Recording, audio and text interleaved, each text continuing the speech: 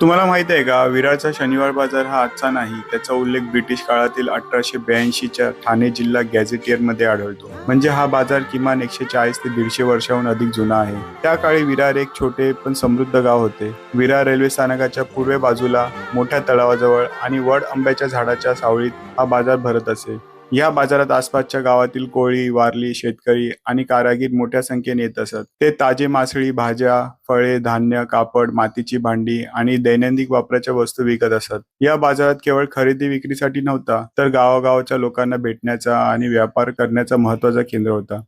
Railway सुरू झाल्यानंतर विरारचा विकास वेगाने झाला, पण शनिवारचा आठवडा बाजार आजही या शहरात जुन्या परंपरेची आठवण करून देतो. म्हणून पुढच्या वेळी तुम्ही विरारच्या शनिवार बाजारात जाल तेव्हा लक्षात ठेवा, तुम्ही फक्त बाजारात नाही तर 100हून अधिक वर्षाचा इतिहास अनुभवत आहात. अशाच वसई विरारच्या इतिहासाच्या रंजक गोष्टीसाठी आमच्या चॅनेलला फॉलो करा. जय हिंद, जय महाराष्ट्र.